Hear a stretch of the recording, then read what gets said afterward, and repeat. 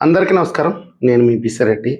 తెలుగు యూట్యూబర్స్‌లో మొట్టమొదటిసారిగా రాఘవ్ చద్దా గురించి విశ్లేషణ చేసింది, విమర్శించింది నేనేనండి. నా 3 ఏళ్ల యూట్యూబ్ జర్నీలో నేను ఎప్పుడూ కూడా ఆ స్థాయిలో విమర్శలను ఎదుర్కోలేదు. పచ్చి బూతులు తిట్టారండి. మామూలుగా కాదు. ఏదో నాకు ఒక రెండో, మూడో బ్యాడ్ కామెంట్స్ వస్తుంటాయి కానీ, ఆ వీడియోకి మాత్రం 90% బ్యాడ్ కామెంట్స్. చాలామంది ఉన్నత చదువులు చదివిన వాళ్ళు కూడా నన్ను ఉద్దేశించి, "అసలు నువ్వు చదువుకున్నావా? సంకనాకేవా? నువ్వు మనిషివేనంట్రా, అలాంటి మహానుభావుడిని పట్టుకొని నువ్వు ఇన్నేసి మాట్లాడగతావా?" నేనేం అడగకపోయినా సరే, ఆయన మీద నాకు అనుమానం ఉందండి. పిఆర్ టీమ్ చేస్తున్నట్టుంది ఇదంతా.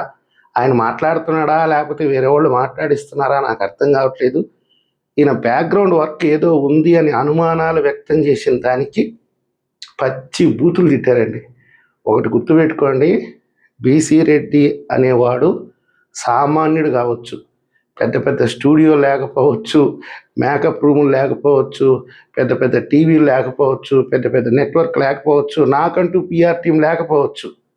కానీ ఒక అంశం మీద మాట్లాడేటప్పుడు ఒకటికి 10 సార్లు రీసెర్చ్ చేసుకొని దాంట్లో వాస్తవం ఉంది అనుకుంటేనే మీకు కంటెంట్ చేస్తా కానీ, ఏదో గాలిలో దీపం పెట్టేసి ఏదో 4 సోషల్ మీడియా పోస్టులు చూసుకొని అలాంటి కంటెంట్ అనేది నా దగ్గర నుంచి రాదండి. స్వీయ పరిశీలన తప్పకుండా ఉంటుంది. ఎంతో కొంత ఇన్ఫర్మేషన్ సంపాదించే మాట్లాడతాను కానీ, ఇన్ఫర్మేషన్ లేకపోతే మాట్లాడే ప్రసక్తే లేదు. తెలుగుదేశం పార్టీ నుంచి ఏదైనా ఒక సమాచారం వచ్చినా నేను సొంతంగా ఇన్వెస్టిగేషన్ చేసుకొని ఆ విషయంలో వాస్తవం ఉంది అనుకుంటేనే వీడియో చేస్తా కానీ, లేకపోతే చేసే ప్రసక్తే లేదు. రాఘవ్ చద్దా గారి గురించి కూడా నేను కొంత రీసెర్చ్ చేసి ఆయన బ్యాక్గ్రౌండ్ ఏంటి, ఆయన ఆలోచన విధానం ఏంటి, ఎందుకు ఇంత ఫేమస్ అయిపోతున్నాడు, ఇంత పిఆర్ టీంని ఎందుకు పెడుతున్నాడు, ఇన్ని లక్షల కోట్ల రూపాయలు ఖర్చు పెట్టి సోషల్ మీడియా ఎందుకు మెయింటైన్ చేస్తున్నాడని అనుమానం వచ్చింది కాబట్టే నేను ఆయన మీద దృష్టి పెట్టా. లేకపోతే నాకు అనవసరం. ఇంకా ఘోరమైనటువంటి విషయం ఏంటంటే, ఏదన్నా ఒక ఉత్తర భారతదేశానికి చెందిన ఒక చిన్న ప్రాంతీయ పార్టీ నాయకుడు ఆయన. రాజ్యసభ సభ్యుడు. ఆయనేమి లోక్సభ సభ్యుడు కూడా కాదు, రాజ్యసభ సభ్యుడు.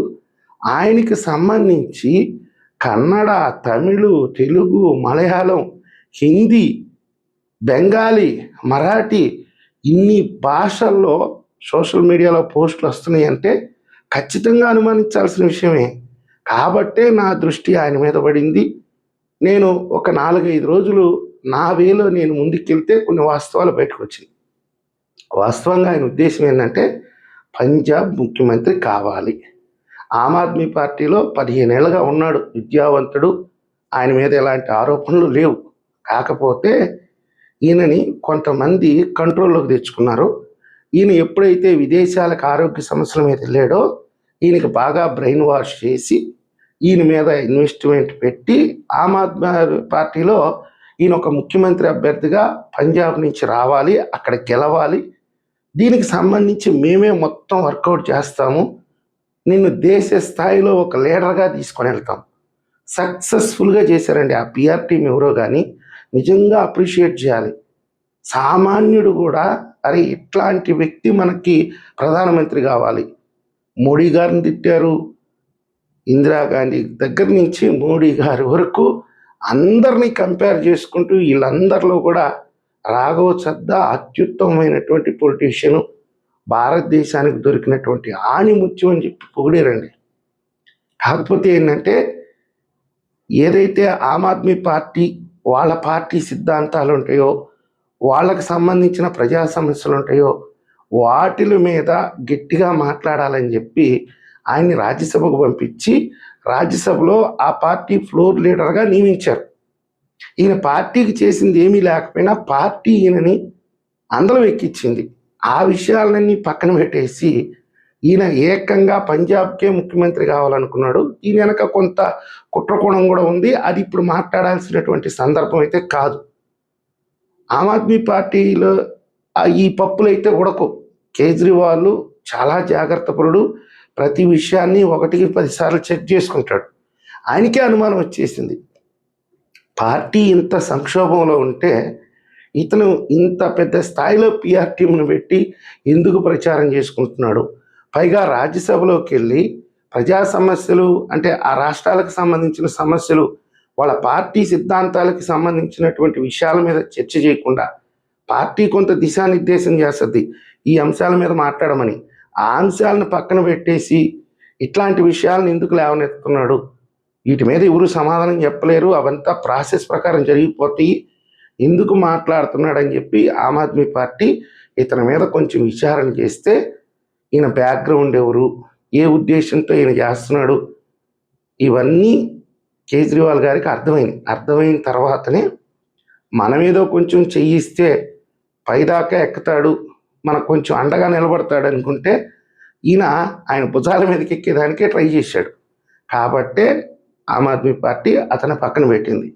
ఇక విధి లేని పరిస్థితుల్లో ఇంత లక్షలు ఖర్చు పెట్టేసిన తర్వాత ఇక ఆయన అస్తిత్వాన్ని ఆయన కాపాడుకోవాలి. ఎవరైనా అంతే, అంత దూరం వెళ్ళిపోయిన తర్వాత వెనక్కి తగ్గే పరిస్థితి ఉండదు.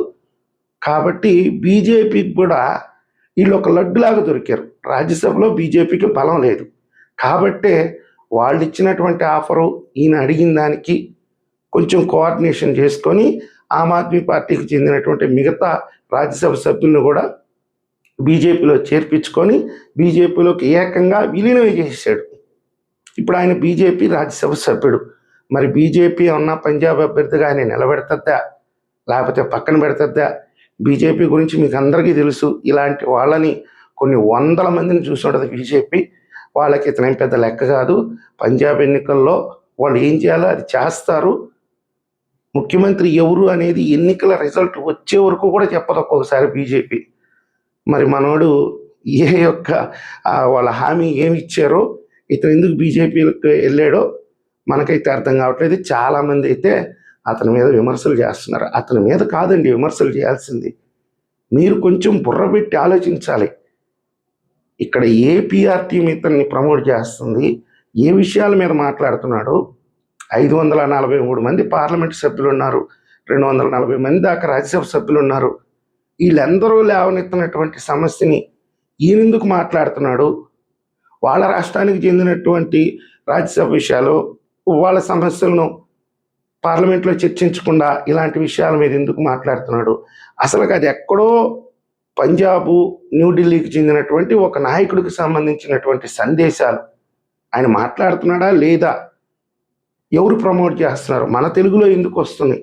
మన తెలుగులో ఈయన గురించి పుంకాలుగా వ్యాసాలు ఎందుకు వస్తున్నాయి అనేది ఒక్కసారి దృష్టి పెట్టి ఆలోచిస్తే దీని బ్యాక్గ్రౌండ్ ఏంటనేది మీకు స్పష్టంగా అర్థమవుతుంది. దయచేసి ఏంటంటే ఇలాంటి సోషల్ మీడియా కింగులు వీళ్ళ పట్ల కొంచెం జాగ్రత్తగా ఉండండి.